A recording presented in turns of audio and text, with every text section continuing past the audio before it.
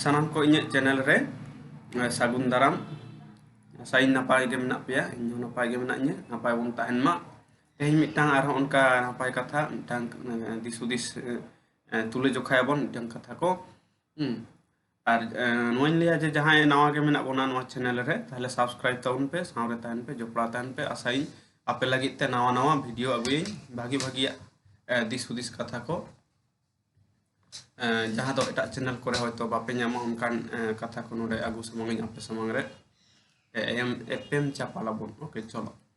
माना रे लई लिदिन जहाँ धरम स्वतःस्फूर्त भावते अब बाबन पंजा नाम उना दो बाबन हताव बताव दाड़े से एटा हर हूं बाको हताव बताव दाड़े जहाँ लेकाते नेलोग कना आदिवासी ᱧᱩᱛᱩᱢ ते जहाँ धरम को लादेयबन कना उना दो एकाल सांताल मतो दो बांग सांताल मतो दो बांग एटा आदिवासी को अस्वीकार कदा गोंडी को मेंदा आले धर्म दो गोंड को मेंदा आले धर्म दो गोंडी धर्म कना भील को मेंदा आले धर्म दो भीली धर्म कना उनका बापते अस्वीकार दाको बाको बताव दाड़े चेदा से नोदा शर्त युक्त कना शर्त ओकालका शर्त माने कंडीशनल जहां दो मेंदा जे आदिवासी का नाम उनाते आमा धर्म दो अचुर अचुरते आदिवासी का नाम उनाते आमा धर्म दो धारणा धर्म कना नोनकान लादेया बाहरे खुना बढ़ेया बढ़े की कना मेंदो बाहरे खुना चाप हिजुक कना जोर हिजुक कना शर्त हिजुक कना उना दो हर बाको हताव बताव दाड़ेया पर हताव को से बाको हताव उना दो आको व्यापार कना किंतु जहां साला गोटा रे नेलो कना उना दो बाहरे खुना शर्त युक्त ना कना आर उन आदिवासी कथा मारांगा से उना मारांग रे अब उपरुम मेना अब उपरुम मेना उना मारांग रे चेत मेना संताल कना बोन संताल जेत सांताल सावतारेन कना बोन हर हपन कना बोन नय टी उपरुम मेना तबोना सावताल संताल संथाल नोआ को ᱧᱩᱛᱩᱢ ते तो नय जे टी उपरुम नोआ हो आडी हर को लय को बाहरे हड़ा गे एम ᱧᱩᱛᱩᱢ कान तबोना सावताल से संताल दो जागे मेनके आबो चे बोन लय चोयदा जे नोआ तो उपरुम से मिटांग पांजा नाम कना बोन मेंदो सावताल से संताल जहां बोन लयदा संताल नोआ सावते दो अब धर्म करम लाय लाक्चर एने सेरेन जोपड़ा मेना जे नोआ दो अब संताल जेत रेन कना बोन जाति संताल संताल सावता नोन कना हे उनका गे ताले नोआ गे मारांग संताल कना बोन उनाते आदिवासी कना बोन नोते ते सारिया संताल कनई उनाते आदिवासी कनई संताल माने संताल कनई और आदिवासी सनाम किछु मेना तिंते संताल कनई उल्टे कथा दो बांग सारिया जे आदिवासी कनई उनाते संताल कनई नौका भाव तो सठिक से सोझे सोझी गोटा उल्टे माने फारचा फारची पुष्ट सफासफी बांग पंजा जामो आदिवासी नोते बिटी आदिवासी कथा बन दो है नोते संताल आदिवासी आदिवासी भित्तिर ताहले आम हतड़ बड़ा लगा मिया ओ नुईटा दो ना लोटारी लका एटा गुटी रकाब एन दो मुंड जाति कनई नुई दो आर मिधा नुई दो भूमिज जाति कना नुई तो महले जाति नुई कोल जाति कना नो नुका ओकोयटा ए रकाबा उनाते नोआ दो चेक कना गुटल जतो को गुटल लका को शेड्यूल ट्राइब एसटी जहां दो शेड्यूल ऑल तोल का को उनको जित को ओके ताले बारिया कथा हिजुक कना संताल कना पहिलो उपरुम संताल उपरुम परेते हिजुक कना आदिवासी आदिवासी लेकाते उपरुम मेना से सुजोग सुविधा बन नाम दा हसा जायगा रे चाकरी बाकरी रे नोआ को मेना आरो किछु रे मेना किंतु नोआ खुना हो पहिलो जहां उपरुम कना उना दो हुयुक कना चे संताल कने संताल हपन संताल सावतारेन कने संताल जितरेन कने उना संताल जित संताल सावता संताल नो भितिर रे गे अब आरिचाली सेरवा धर्म करम जतो जोपड़ा मेना मेनखा आदिवासी उड़ से आदिवासी कथा आदिवासी शब्द सावते नोआ को उनका भावते जोपड़ा बनुआ मेंदो आदिवासी अगु किदा बोन आदिवासी रे हम पांजाया बांग नाम एकमात्र संताटे एम नाम ताले आदिवासी ते तो जोथा भावते अब बाबन उदुगो कना बाबन बुझे कना बांग पुष्ट कना बोन अब जहां जाति सत्ता अब जहां उपरुम बांग पांजा जामो कना पुष्ट भावते ताले ओकारे जामो कना ना संताल रे ताले नोनवा को जहां गुरुत्व नोनवा को जहां बाबन बुझ रकाब दाड़े कना जे ओकाटा मारांगा ओकाटा मारांगा ओकाटा मूल कना उनको गे उनका हाना नाव बोन पसना बड़ायदा से पसनायदा अब को तला रे ओके उनका गे अब संताल कनाम उनाते आदिवासी कना मुंडा हो मुंडा कना पहिलो तार परे आदिवासी कना भूमिज हो भूमिज कना पहिलो तार पर आदिवासी मेनते लेखा कना ताले निजस्व उपरुम मेना नितो नेल माबन जे ᱱᱚᱜᱼᱚ ᱠᱚᱫᱚ ᱥᱟᱹᱜᱟᱹᱭ ᱠᱟᱱᱟ ᱟᱹᱫᱤᱵᱟᱹᱥᱤ ᱮᱵᱚᱨᱤᱡᱤᱱᱟल ᱱᱚᱜᱼᱚ ᱠᱚ ᱞᱟᱹᱭᱫᱟ ᱡᱟᱦᱟᱸ ᱫᱚ ᱮᱛᱚᱦᱚᱵ ᱠᱷᱚᱡ ᱢᱮᱱᱟᱜ ᱠᱚᱣᱟ ᱟᱹᱫ ᱠᱷᱚᱡ ᱜᱤᱨᱟᱹᱵᱟᱥᱤ ᱠᱟᱛᱮ ᱢᱮᱱᱟᱜ ᱠᱚᱣᱟ ᱩᱱᱠᱩ ᱜᱮ ᱟᱹᱫᱤᱵᱟᱹᱥᱤ ᱛᱟᱦᱞᱮ ᱱᱚᱣᱟ ᱦᱚᱸ ᱢᱤᱫᱴᱤᱡ ᱥᱟᱹᱜᱟᱹᱭ ᱛᱩᱞᱟᱹᱡᱚᱠᱷᱟ ᱠᱟᱛᱷᱟ ᱠᱟᱱᱟ ᱚᱠᱚᱭ ᱠᱷᱚᱱᱟᱜ ᱟᱹᱫ ᱨᱮ ᱢᱮᱱᱟᱜ ᱠᱚᱣᱟ ᱟᱨᱡᱚ ᱡᱟᱹᱛᱤ ᱠᱷᱚᱱᱟᱜ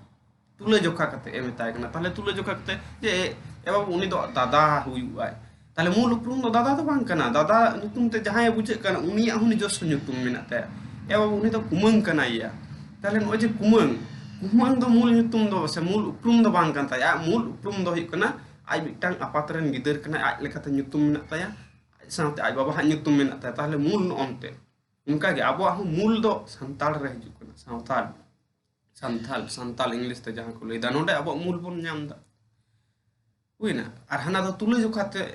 तुलजोखा कते नुतुम कना उने कुमंग दादा ओनकाना जहां कथा को लई हुईना उना तुलजोखा कते अब दो अद रेन काना बोन अद खय मेना बोना उनकू हते माने उनकू खन अद रे ओनकाते तारे मूल उपरुम दो संताल संताल अब सावता उनी लई के जतो किछु अब नोना मूल जायगा रे उपरुम मेना तबना नोडे खन बन पंजा नाम दारे हांडे दो पुष्ट सुचे सुचे साफा साफी फारचा फारची बांग नामो कना ताले ओनागे लई हियु कना आरहो दोसारते जे आदिवासी उल्टे सेते द बांग सारी आदिवासी कनई ओनाते संताल कनई उनकाते द बांग सारी कना बांग जोथा तो कना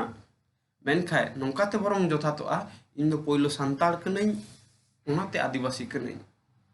संताल कनई ओनाते आदिवासी कनई और आदिवासी को मुद्रे बन नेल कोआ गुटे लगा कोआ को तो मिट्टी तोकरे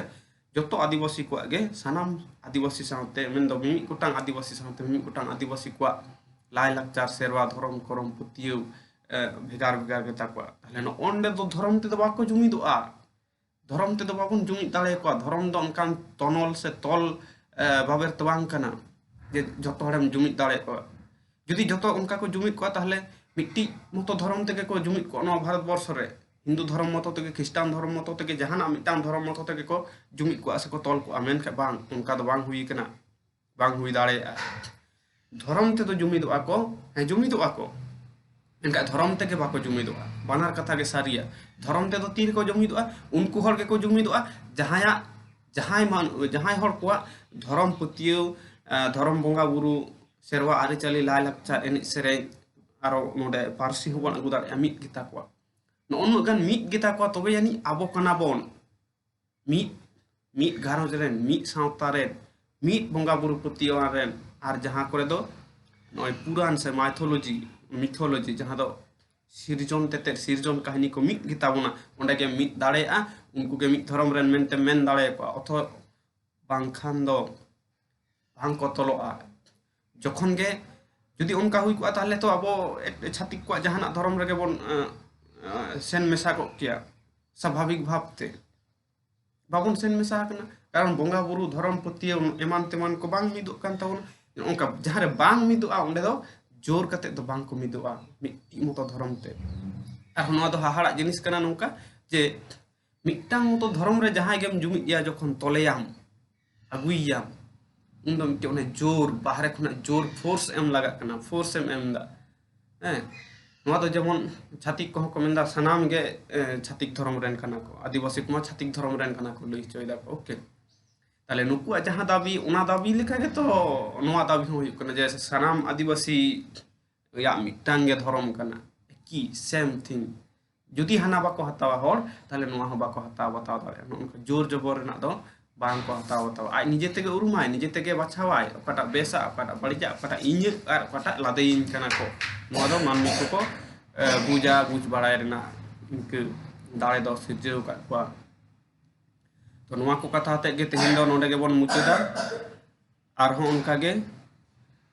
परे रे जहां वीडियो को ना हिजुआ आरो आशाइन नापाय नापाय वीडियो आपे को ताला रे आगु सदरा